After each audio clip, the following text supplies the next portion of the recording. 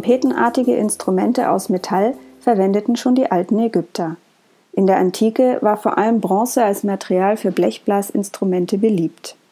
Während in der Antike gebogene Trompeten bekannt waren, nutzte man im Mittelalter gestreckte Trompeten.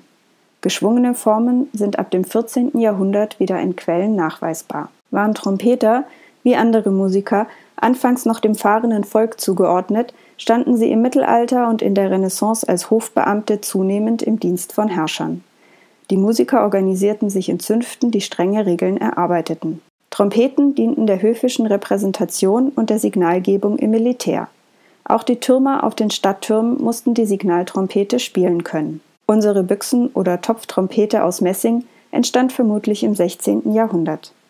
Die im Trichter angebrachte Jahreszahl 1613 wurde später hinzugefügt.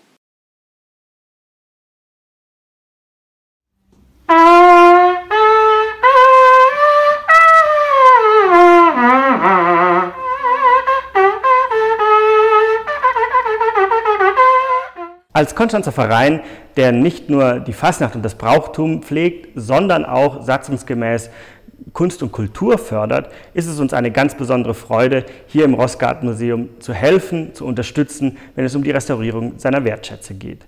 Als Narrengesellschaft Niederburg, die den ältesten Konstanzer Fanfarenzug in seinen Reihen weist, ist es uns natürlich eine ganz besondere Freude, diese historische Büchsentrompete mit restaurieren lassen zu dürfen.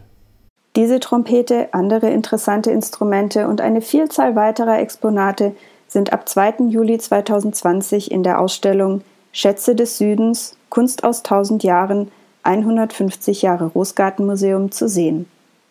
Die Sonderausstellung wird bis 11. April 2021 im Rossgartenmuseum gezeigt.